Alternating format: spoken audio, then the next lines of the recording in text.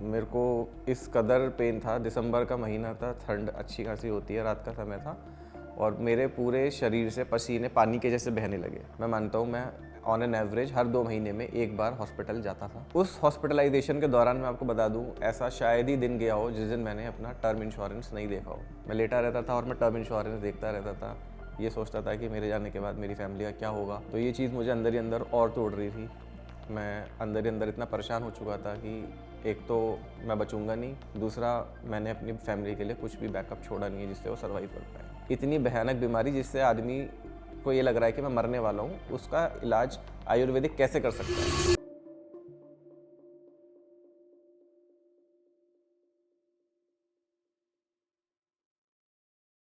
मेरा नाम सुधांशु अग्रवाल है। मैं दिल्ली का ही रहने वाला हूँ। मेरी फैमिली में मेरी मम्मी है, मेरा भाई है, मेरी वाइफ है और एक 2 साल का छोटा बच्चा है। और मैं पॉलिसी बाज़ार में एज ऑपरेशंस मैनेजर की जॉब करता हूँ। पेनकेटाइटिस सबसे पहले जो मुझे मालूम चला वो 2014 में मुझे पता लगा, जब मेरे काफ़ी तेज़ पेट में दर्द उठा और जो बिल्कुल सहन में नहीं कर पा रहा था, तो बड़ी मुश्किल से मुझे हॉस्पिटल ले जाया गया। वो दर्द ऐसा था कि पूरे शरीर से पसीने पसीने बस निकले जा रहे थे और मैं मूव भी नहीं कर पा रहा था। तो कैसे तैसे हॉस्पिटल मुझे पहुँचाया गया और वहाँ पे पेन किलर्स वगैरह दी। उसके बाद 2-4 घंटे बाद मेरे को थोड़ा आराम मिला और फिर डायग्नोस्टिक टेस्ट जब हुए तो सीटी स्कैन के तहत मुझे पता लगा कि मेरे पैनक्रियाज में एक टिप के ऊपर थोड़ी सी स्वेलिंग है, जिसकी वजह से ये दर्द है। उस टाइम पे मुझे लगा शायद स्वेलिंग है, होती रहती है सबको लोगों को, ऐसा कोई बहुत बड़ा मुझे चैलेंज महसूस नहीं हुआ। तो आई वॉज समहाउ सेटिस्फाइड कि चलो ठीक है, ठीक हो जाएगा। तो वही 4-5 दिन शायद लगे, डिस्चार्ज हो गया, फिर मैं घर आ गया वापस। फिर 2014 के बाद करीब करीब 3 साल बाद मुझे वापस से वैसे ही पेन वापस स्टार्ट हुआ। उससे पहले डॉक्टर्स ने मुझे बोला कि आपको प्रिकॉशंस लेने हैं। उस टाइम पे मैं नाइट शिफ्ट करता था, तो उन्होंने बोला नाइट शिफ्ट्स अवॉइड करनी है आपको। बट मैंने उतना सीरियसली नहीं लिया था उस टाइम पे, तो मैं अपना कंटिन्यू कर रहा था जैसा भी अपना लाइफस्टाइल था। फिर जब मेरे को दोबारा से पेन हुआ स्टार्ट, तो यही सब प्रोसेस दोबारा से फॉलो हुआ। हॉस्पिटल गया, फिर से उन्होंने सीटी स्कैन किया, फिर से वही स्वेलिंग मुझे मालूम चली। डॉक्टर ने मुझसे फिर कैटेगोरिकली पूछा कि आप अल्कोहल कितना लेते हो। तो मैंने बिल्कुल सच्चाई से उन्हें बताया, ओकेजनली ओकेजनली की डेफिनेशन भी उन्होंने मुझसे पूछी कितनी। तो मैंने उन्हें सच सच बताया जितनी मैं मात्रा में लेता था, जो कि उनके हिसाब से कहना ये था, आप तो कुछ भी नहीं लेते हो खास, और इतना लेने से तो ये बीमारी नहीं हो सकती। बहरहाल उन्होंने ये कहा कि अगर आपको ये बीमारी है तो आप जितना भी अब लेते हो उसे बिल्कुल बंद कर दो, क्योंकि इस बीमारी के चलते आप नहीं ले सकते अल्कोहल बिल्कुल भी, किसी भी फॉर्म में। स्मोकिंग भी आप नहीं कर सकते हो, जबकि मैं स्मोकिंग भी बहुत ओकेजनली करता था। तो मैं तब भी सीरियस शायद नहीं हुआ इतना ज़्यादा, और जैसा मेरा लाइफस्टाइल चल रहा था, क्योंकि मैं 3 दिन के लिए ही हॉस्पिटल में गया था उस टाइम पे, फिर मैं वापस अपने नॉर्मल रूटीन में आ गया था। उसके बाद 2019 2019 में दिसंबर के आसपास मुझे, मेरे हिसाब से, one of the biggest attack आया होगा, जिसमें मेरे को इस कदर पेन था। दिसंबर का महीना था, ठंड अच्छी खासी होती है, रात का समय था और मेरे पूरे शरीर से पसीने पानी के जैसे बहने लगे और मैं एक कदम भी आगे नहीं बढ़ा पा रहा था। मैं नीचे रोड पे था मार्केट में किसी वजह से, और मैं उसी जगह पे खड़ा रह गया बस। तो फिर मेरी वाइफ ने बोला कि वहाँ पे आसपास के जो लोग थे उनको बोला इनको प्लीज़ हॉस्पिटल लेके चलो। तो समहाउ 2 लड़के थे, उन्होंने मुझे बाइक पे बैठाया और मुझे नियरेस्ट हॉस्पिटल लेके गए। तब वापस से पता लगा ये पैनक्रेटाइटिस का ही पेन है, इसे रिकरेंट पैनक्रेटाइटिस बोला जाता है। तो उस दिन मैं काफ़ी डर गया था, मुझे लगा था कि शायद मैं बचूंगा नहीं अब।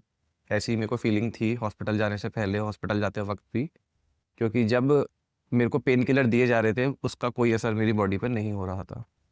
2 घंटे हो गए, 3 घंटे हो गए, उसका कोई असर नहीं। उन्होंने 2 पेन किलर दिए, 3 पेन किलर दिए, उसके बाद उन्होंने बोला हम पेन किलर भी नहीं दे सकते हैं आपको, अब आपको थोड़ा सा सहना पड़ेगा।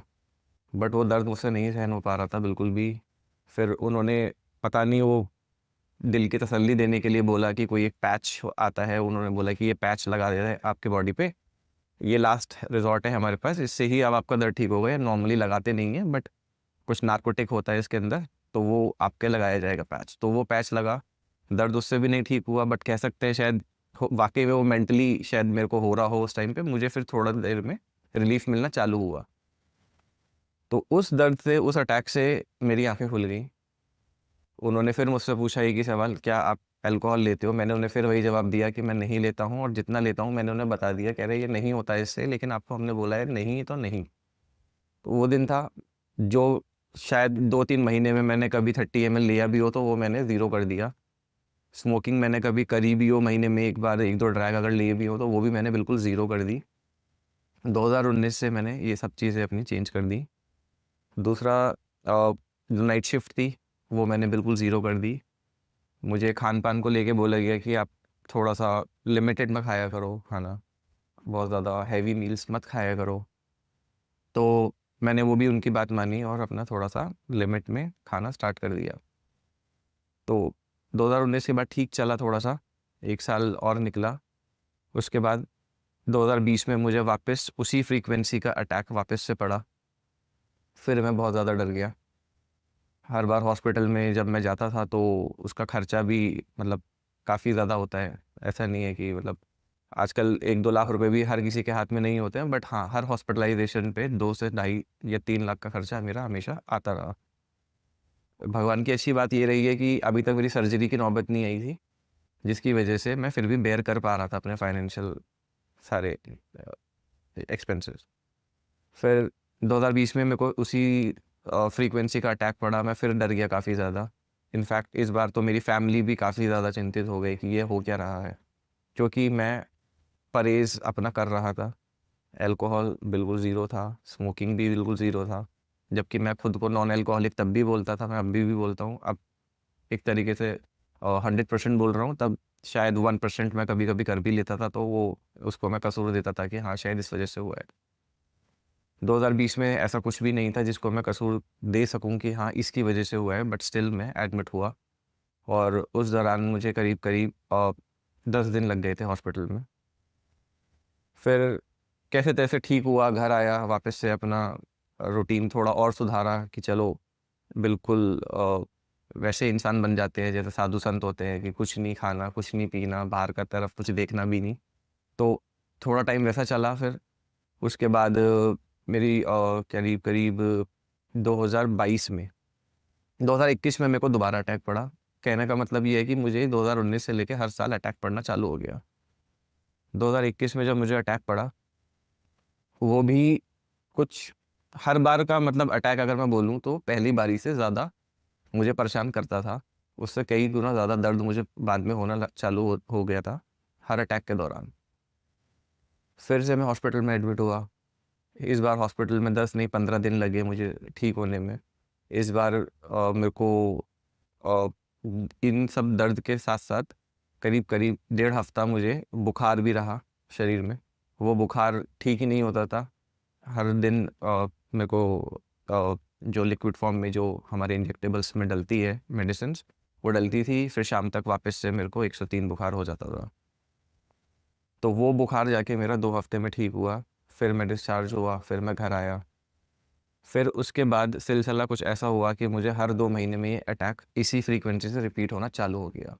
2021 से लेके 2022 तक मैं मानता हूँ मैं ऑन एन एवरेज हर 2 महीने में 1 बार हॉस्पिटल जाता था, और वो हॉस्पिटल का ड्यूरेशन मेरा मिनिमम 15 दिन का होता था, जिसमें मुझे अभी भी याद है, मैं अपनी लाइफ़ को लेके पूरी उम्मीद खो चुका था। मुझे लगता था कि अब शायद अब नहीं बचने वाला हूँ।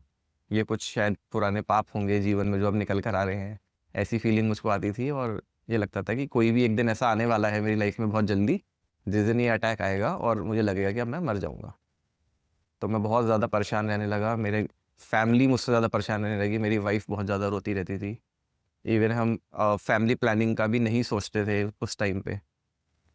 बट समहाउ चीज़ें हुई आगे, फिर थोड़ी-सी अपने आप को हौसला दिया, आगे बढ़े। फिर 2-2 महीने में जब हुआ, तो 2022 में मुझे अभी भी याद है, मेरी लाइफ़ का सबसे खतरनाक जो अभी तक का मैंने दर्द झेला है, वो मुझे 2022 में हुआ था। वही मेरा लास्ट हॉस्पिटलाइज़ेशन है। उसमें मैं जो भी अपने हॉस्पिटल में जाता था, मैं नाम नहीं लेना चाहूँगा, बट जिस भी हॉस्पिटल में मैं जाता था, मैंने सोचा कि अब मैं चेंज करता हूँ हॉस्पिटल। फिर मैंने में एडमिशन लिया उस टाइम पे। तो उसमें करीब-करीब मैं 21 दिन हॉस्पिटल में रहा। उस दर्द को मैं 2 तरीके से बताता हूँ। होली का दिन था, सुबह-सुबह दर्द उठा, मैं हॉस्पिटल गया। समहाउ वो दर्द मैं फिर भी सहन कर पा रहा था, बट मुझे मालूम था कि ये दर्द बहुत ज़्यादा बढ़ रहा है। टाइमली ट्रीटमेंट मिला, दर्द ठीक हुआ। 2 दिन हो गए हॉस्पिटल में, डिस्चार्ज किया, मैं सपने देख रहा था कि अब शायद डिस्चार्ज होने वाला है। सडनली एक दिन मैंने ब्रेकफ़ास्ट किया हॉस्पिटल के अंदर ही, और मुझे इतना गंदा दर्द उठा, वही जो मैं बता रहा हूँ, मेरा अब तक का सबसे वर्स्ट अटैक हॉस्पिटल के अंदर मुझे आया है, while having the treatment as well. उस दर्द को मैं झेल नहीं पाया, मैंने कॉल करी, मेरी वाइफ़ उस टाइम पे घर पे गई हुई थी, मेरा भाई था उस टाइम पे हॉस्पिटल में, और मैंने फ़ोन करके ये बोला कि उनको बोल दो अब मैं नहीं बचने वाला हूँ, मैं मरने वाला हूँ। वो दर्द इतना असहनीय था उस टाइम पे मेरे लिए। मैं उसको शब्दों में भी बयान नहीं कर सकता कि वो किस तरीके से मुझे तोड़ रहा था अंदर ही अंदर। जैसे किसी ने अंदर से कुछ पकड़ लिया हो इंटेस्टाइन्स को और ऐसे घुमा रहा हो बार-बार। ऐसा वो दर्द हो रहा था उस टाइम पे। मेरी वाइफ़ घर से रोती-रोती एकदम भागी-भागी आई। वो भी पहुँच गई, मतलब मैं पड़पड़गंज में था एडमिट और मेरा घर आश्रम था। मैंने फ़ोन किया, मेरी वाइफ़ आ भी गई है, और उस दौरान तक भी मेरा दर्द काबू में नहीं आ चुका था। उस तब भी मैं एकदम बिल्कुल टूटा पड़ा था, ज़मीन में लेटा हुआ था, सब मुझे सँभालने की कोशिश कर रहे थे। मैं एक कोना ढूँढ रहा था जहाँ पे मुझे आराम मिले। तो वो दर्द इतना भयंकर था मेरी ज़िंदगी में। तो वही ट्रीटमेंट जो मैंने आपको बताया, painkillers, back to back painkillers, उसके बाद भी मुझे आराम नहीं मिला। फिर वही पैच, मैंने उस दिन दोबारा से सुना कि वो पैच लगाएँगे तो उससे आपको आराम मिलेगा। तो वो पैच लगाया गया, उससे भी आराम नहीं मिल रहा था। तो तकरीबन 6-7 घंटे बाद जाके मुझे थोड़ी-सी ज़िंदगी में ये लगा कि अब दर्द मेरा कम हो रहा है। तब मैं वापस से थोड़ा-सा शांत हुआ, लेटा रहा, ऐसे ही करते-करते 20-21 दिन मेरे गुज़र गए वहाँ पे बिल्कुल, और मुझे समझ नहीं आया कि अभी क्या हो रहा है। तो मुझे पहले तो ऐसा लगता था 90% मैं नहीं बचूँगा, तब मुझे ये लगता था अब 100% मैं नहीं बचूँगा, क्योंकि मैं पिछले हर 2 महीने से बार-बार एडमिट हो रहा था। मैं उबली हुई तोरी, लौकी, ये सब चीज़ें खा रहा था, मैं उसके बाद भी एडमिट हो रहा था, हर 2 महीने में। तो मुझे नहीं समझ में आया कि अभी मैं, अब मेरे पास बचा क्या है? मैं क्या चीज़ अपने अंदर चेंज लाऊँ? क्या मैं खाना बंद कर दूँ? जो कि मैंने किया। इन्हीं सब अटैकों के दौरान बीच में मैंने ऐसा भी किया कि मैं हॉस्पिटल से आया और मैंने 1 हफ़्ते तक कुछ खाया ही नहीं, डर के मारे। कोल्ड कॉफ़ी मेरे को इतनी पसंद थी, वो भी मैं आज तक भी कोल्ड कॉफ़ी नहीं पीता हूँ, जबकि मैं बिल्कुल स्वस्थ हूँ, बट वो डर इतना बैठ चुका है मेरे मन में कि मैं कोल्ड कॉफ़ी पीते हुए आज भी डरता हूँ कि वो हेवी आइटम है मेरे लिए। तो आप मतलब अंदाज़ा लगा सकते हो कि मैं किस कदर खाने से डरता हूँ कि मैं क्या चीज़ खा सकता हूँ, क्या चीज़ मैं नहीं खा सकता। चाय मैं नहीं पीता, कॉफ़ी मैं नहीं पीता, दूध मैं नहीं पीता हूँ, कोई भी बेवरेज मैं नहीं लेता हूँ सिवाय एक चीज़ के जो बहुत हेल्दी है, सभी को पता है, नींबू पानी। वो मुझे लगता है कि ये सेफ़ है, ये मैं पी सकता हूँ। इसके अलावा आज की डेट में मेरे पास ऐसा कोई बेवरेज नहीं है, जिसे मैं देख के ये सोचूँ कि हाँ, ये मैं ले सकता हूँ। वो डर है, हालाँकि मुझे अब कोई मना ही नहीं है, बट फिर भी वो डर अभी भी ऐसा बैठा हुआ है मेरे अंदर। तो और उस हॉस्पिटलाइज़ेशन के दौरान मैं आपको बता दूँ, ऐसा शायद ही दिन गया हो जिस दिन मैंने अपना टर्म इंश्योरेंस नहीं देखा हो। मैं लेटा रहता था और मैं टर्म इंश्योरेंस देखता रहता था। ये सोचता था कि मेरे जाने के बाद मेरी फ़ैमिली का क्या होगा? तो समहाउ टर्म इंश्योरेंस मुझे मिल जाए। मैंने इतने टर्म इंश्योरेंस अप्लाई किए, मेरे सारे रिजेक्ट हो जाते थे, क्योंकि मैं झूठ भी नहीं बोल सकता था इंश्योरेंस कंपनी से, तो मुझे सच बताना पड़ता था, और जैसे ही मैं बताता था वैसे ही वो मना कर देते थे कि आपको टर्म इंश्योरेंस नहीं मिलेगा। तो ये चीज़ मुझे अंदर ही अंदर और तोड़ रही थी। मैं अंदर ही अंदर इतना परेशान हो चुका था कि एक तो मैं बचूँगा नहीं, दूसरा मैंने अपनी फैमिली के लिए कुछ भी बैकअप छोड़ा नहीं है जिससे वो सर्वाइव कर पाएँ। तो ऐसी इसी परेशानी के दौरान मैं सबको फ़ोन मिलाता था, सबसे पूछता था, तो एक मेरे बहुत अच्छे परिचित डॉक्टर हैं, काफ़ी फ़ेमस डॉक्टर हैं मेरठ के अंदर, नाम तो मैं नहीं लेना चाहता, बट हाँ, मेरे काफ़ी अच्छे परिचित डॉक्टर हैं मेरठ के अंदर, और काफ़ी अच्छे हॉस्पिटल में हेड ही हैं। तो उन्हें मैंने अपनी समस्या बताई कि सर ऐसे-ऐसे चल रहा है, और मेरे मन में अब ये आ रहा है कि मैं बचूँगा नहीं। आप ही थोड़ा कुछ सजेस्ट करो, आप तो बिल्कुल न्यूट्रल एडवाइस दोगे, ऑनेस्टी की एडवाइस दोगे। जहाँ हम कहते हैं कि हमें सच्चाई नहीं बताई जाती है, शायद आप तो सच्चाई बता पाओगे कि कैसे मैं इस चीज़ से अब बाहर निकलूँ। तो उन्होंने मुझे छूटते ही एक चीज़ बोली कि तेरा इलाज एलोपैथी में नहीं हो पाएगा, तेरे को आयुर्वेदिक में जाना पड़ेगा। और आयुर्वेदिक में भी उन्होंने सीधा छोड़ते ही एक नाम बताया, पड़ाव। उन्होंने मुझसे बोला कि पड़ाव में जाएगा तो ही तेरा इलाज है, तो ही तू ठीक हो सकता है, अगर हो सकता है तो, और अगर नहीं हो सकता है तो तुझे इस दुनिया में कोई नहीं ठीक कर सकता। एलोपैथी में सिर्फ पेन मैनेजमेंट है, इसके अलावा इस बीमारी का कोई इलाज नहीं है आज तक, और पता नहीं कभी आगे आएगा भी या नहीं आएगा। फिलहाल तो इसका कोई क्योर है नहीं अवेलेबल। जब उन्होंने मुझे पड़ाव बोला तो मैं आपको बता दूं, पड़ाव एक नाम ऐसा है जो मैं काफ़ी समय से सुन रहा था। जो मैंने आपको बताया, मैं टर्म इंश्योरेंस ढूंढता था, तो साथ साथ मैं ये भी ढूंढता था 1 डेढ़ साल से कि कैसे इस बीमारी से निजात पाई जाए। जब भी मैं कुछ भी देखता था इंटरनेट पे या यूट्यूब पे, तब जाके मुझे बार बार एक नाम पड़ाव बार बार सामने आता था। पड़ाव के काफ़ी जैसे आज मैं टेस्टिमोनी दे रहा हूँ, मैं बता रहा हूँ अपने लाइफ के बारे में, ऐसे मैंने तब भी देखी, बट मुझे उन पे यकीन नहीं हुआ। मुझे लगा शायद ये उनकी अपनी बनाई हुई होंगी, तो मुझे यकीन नहीं होता था। मैं देखता ज़रूर था, मैं पिछले 1 डेढ़ साल से लगातार पड़ाव के यूट्यूब के ऊपर पेशेंट्स की टेस्टिमोनी देखता रहता था, सुनता रहता था। मुझे कभी तो बहुत ज़्यादा यकीन होता था कि मुझे यहाँ जाना चाहिए, फिर मुझे एक ही चीज़ बार बार रोकती थी कि ये जो दर्द है, ये जिस तरीके का दर्द है मुझे मिल रहा है, जिसमें पेन किलर भी असरदार नहीं है, तो आयुर्वेदिक ऐसा क्या दे देगा जिससे मेरा ये दर्द ठीक हो जाए। तो जब जब मैं ये सोचता था, मुझे लगता था कि नहीं, ये सब मिथ है, आयुर्वेदिक में नहीं जाना चाहिए मुझे, और मुझे ये चीज़ बार बार रोक लेती थी। फिर दर्द होता था, फिर अटैक पड़ता था, फिर मैं यूट्यूब पे सर्च मारता था और गूगल पे सर्च मारता था, फिर मुझे पड़ाव का नाम बार बार सामने आता था।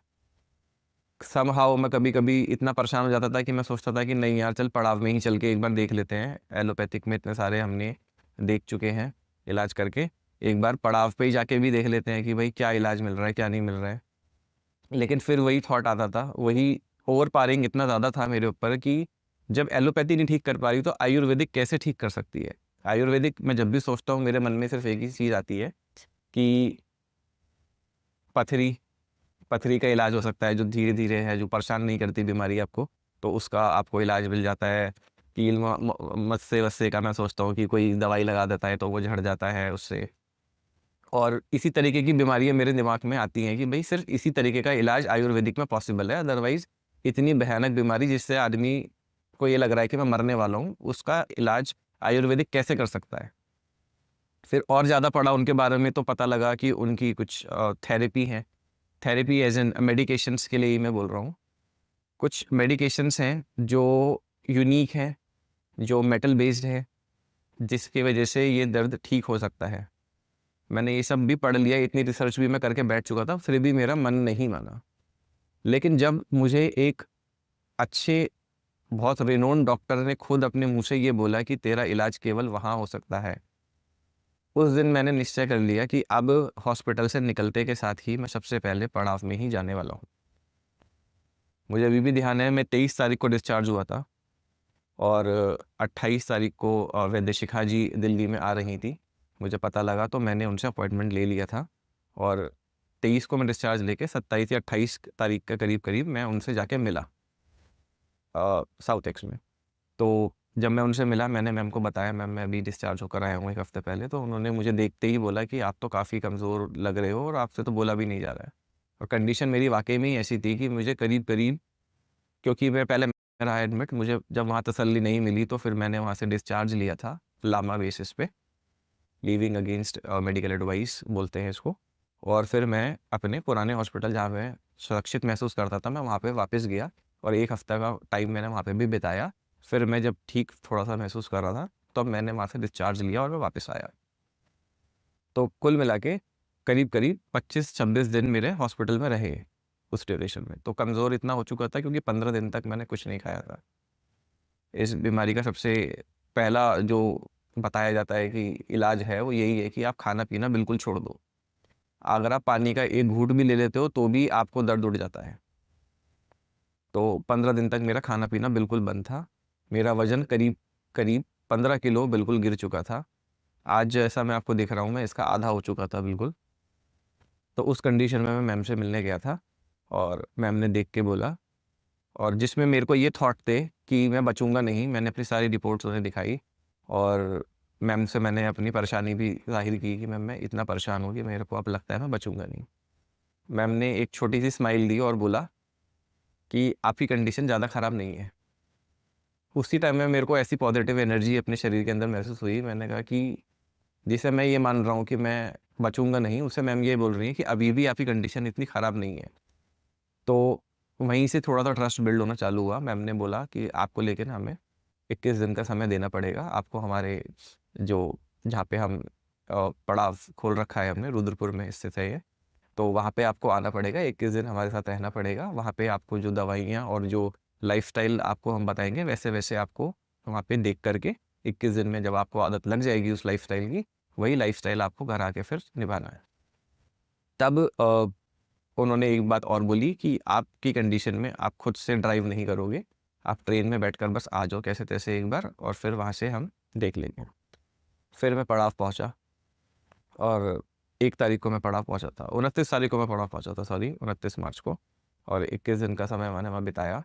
जब मैं वहाँ पहुँचा, तो मुझे ऐसा लगा कि मैं ऐसा क्यों सोच रहा हूँ कि मैं मर जाऊँगा, यहाँ तो मुझसे भी खराब स्थिति के लोग बहुत हँसते-खेलते मुझे दिखाई दिए, जो इतने पॉज़िटिव थे। मुझे अभी भी ध्यान है, मेरा एक मित्र है, विकास, जो वहीं से मेरा बना है। उसकी कंडीशन मैं आपको बताऊँ तो मुझे लगता है कि मैं तो कहीं स्टैंड ही नहीं करता हूँ। वो लड़का 1 साल के अंदर कह रहा था कि मैं शायद ही शायद 2 महीने अपने घर रहा हूँ, उसके अलावा वो हॉस्पिटल में ही पड़ा रहा। और मैं मानता हूँ मेरे 25 दिन, 26 दिन मैं हॉस्पिटल में रहा। उसका हॉस्पिटल का ड्यूरेशन जाता था 2.5 महीने, 3 महीने, और वो 1 में जाता था। फाइनेंशियली भी वो बहुत ज़्यादा नहीं आगे अफ़ोर्ड कर सकता था चीज़ें। उसके बाद भी उसने कैसे-तैसे चीज़ें मैनेज करी। उसकी फ़ैमिली की परेशानी और मेरी फ़ैमिली की परेशानी, मैं फिर भी ये मानूँगा कि मैं भगवान ने फिर भी मुझे थोड़ा सक्षम बनाया, बट उसकी परेशानी तो बहुत बड़ी थी। वो सिर्फ़ 2 महीने अपने घर रुका और वो बिल्कुल विश्वास के साथ वहाँ जी रहा था और दिख रहा था कि वो सही ट्रीटमेंट ले रहा है और उसको सब कुछ अच्छा चल रहा है। तो ऐसे ही एक एग्ज़ाम्पल है, ऐसे ही वहाँ पे और भी एग्ज़ाम्पल्स थे। तो उन सब लोगों के साथ जब मैं बैठता था तो मुझे लगता था कि मेरी परेशानी कुछ भी नहीं है, इन लोगों की परेशानी तो और भी बड़ी है, और हाँ, ये सब लोग होपफुल हैं, तो मैं तो ठीक हो ही जाऊँगा, ये मेरे मन में आता था। पड़ाव जब मैं गया तो मुझे एक चीज़ और मन में आती थी, आयुर्वेदिक। आयुर्वेदिक जब आप नाम सुनेंगे तो आपको मन में आएगा कि वहाँ पे योगा कराया जाएगा, आसन कराया जाएगा, कड़वी दवाइयाँ दी जाएँगी। ये सब डर मुझे भी था। योगा से डर नहीं था, बट कड़वी दवाइयों से मुझे काफ़ी परेशानी रही है पास में। मैं सिरप नहीं पी पाता था, तो मुझे लगता था कि मैं कड़वी दवाइयाँ कैसे झेलूँगा। तो फिर जब मैं वहाँ गया तो ऐसा नहीं था कि वहाँ पे योगा कराया जाता है, बल्कि ये बोला जाता है कि आप रेस्ट करो। This is your second home, but you will live by our ways, by our rules and regulations. Rules and regulations में कुछ भी नहीं था। मैं उससे भी डरा जब उन्होंने बोला कि नहीं, आप हमारे तरीके से रहोगे, तो मुझे लगा पता नहीं कैसा तरीका होगा। बट बहुत सिंपल लिविंग है वहाँ पे जाके। मैं आपको बताता हूँ कि वहाँ पे क्या हुआ, कैसे मेरा दिन बीता और क्या वहाँ पे 21 दिन में वहाँ कराया जाता है, और कैसी ये दवाइयाँ हैं जिसे हम सोचते हैं कि कड़वी होंगी। तो सबसे पहले जब मैं वहाँ गया तो मुझे क्या नाम है, बताया गया कि एक काफ़ी ख़ास दवाई जो है वो है अमर। वही मेन दवाई है पैनक्रेटाइटिस की, जिससे हमारा पैनक्रेटाइटिस ठीक होता है। तो वहाँ पे जाने के बाद मेरे को मलाई के अंदर लपेट के वो दवाई दी गई थी, और उसे लेने के बाद 1-2 दिन उस एडजस्ट करने में लगते हैं। थोड़ा-सा वॉमिटिंग भी महसूस होता है कि वॉमिट आएगी। कुछ लोगों को आ भी जाती है, मुझे नहीं आई थी वहाँ पे। बट हाँ, वॉमिटिंग सेंसेशन मेरा बहुत ज़्यादा था, प्रोमिनेंट 1-2 दिन तक मुझे काफ़ी ज़्यादा रहा। क्योंकि उसमें मेटल रहता है, मेटल बेस्ड वो फॉर्मुलेशन है, तो इसलिए एडजस्ट होने में टाइम लगा। तो वो दवाई मुझे दी गई, और वहाँ पे 6 समय का खाना तय किया गया है अलग-अलग टाइम पे, और टाइमिंग्स वहाँ की बिल्कुल फ़िक्स है। खाने में हमें परहेज़ दिया गया है। जो जीने की आस छोड़ चुका हो, उसे सिर्फ़ अगर ये बोला जाए कि तुम्हें प्याज़ छोड़ना है, टमाटर छोड़ना है और लाल मिर्च छोड़नी है, तो उसे लगेगा कि ये तो कुछ भी नहीं है, ये तो कोई परहेज़ ही नहीं है। जो इस बीमारी से ग्रस्त है, उसके लिए ये सब छोड़ना कुछ भी नहीं है मतलब। तो मेरे लिए भी कुछ भी नहीं था।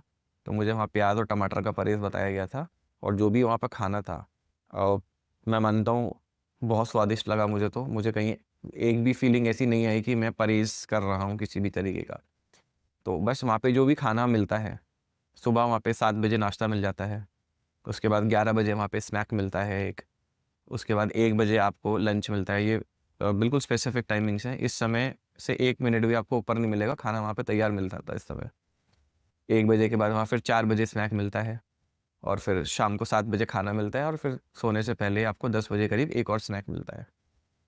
और खाना बिल्कुल साधारण जो हम घर में खाते हैं, दाल, रोटी, सब्ज़ी, चावल। एक समय में चावल मिलता है दिन में, रात के समय में रोटी और सब्ज़ी और दाल मिलती है। और बस फ़र्क इतना होता है उसमें प्याज और टमाटर नहीं होता है, बाकी नॉर्मल मसाले सब कुछ स्वादिष्ट होता है।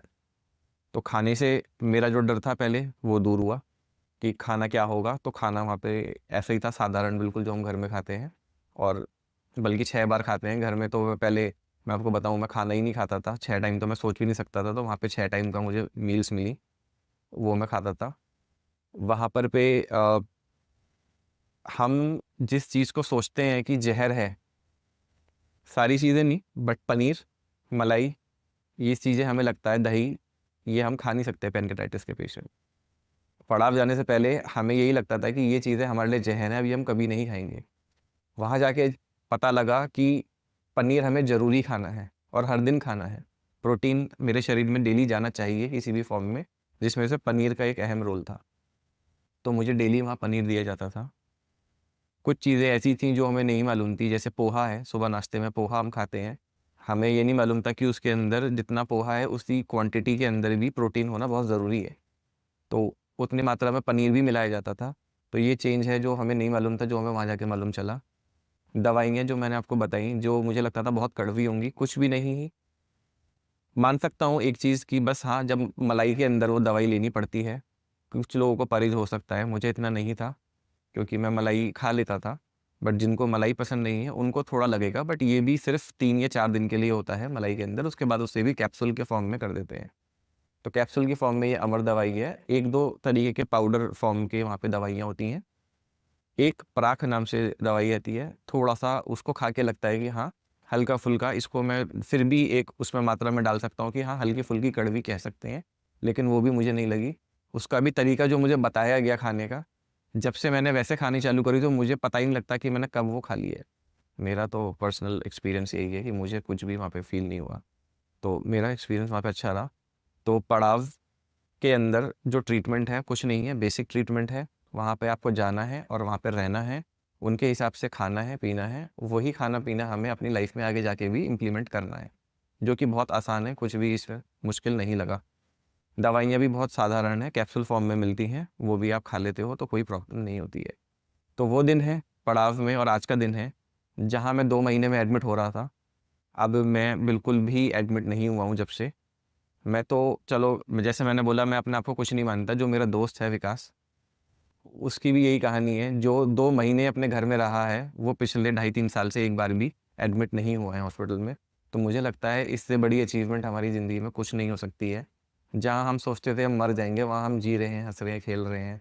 मैं अपनी सारी चीज़ें अब करता हूँ। मैं अब नॉर्मल खाना भी खा रहा हूँ, प्याज़ टमाटर का खाना खाता हूँ, और कभी-कभी बाहर का कुछ होता है तो वो भी मैं कभी-कभी खा लेता हूँ, एक अपनी मात्रा के अंदर। तो मुझे अब किसी भी तरीके की कोई परेशानी नहीं है।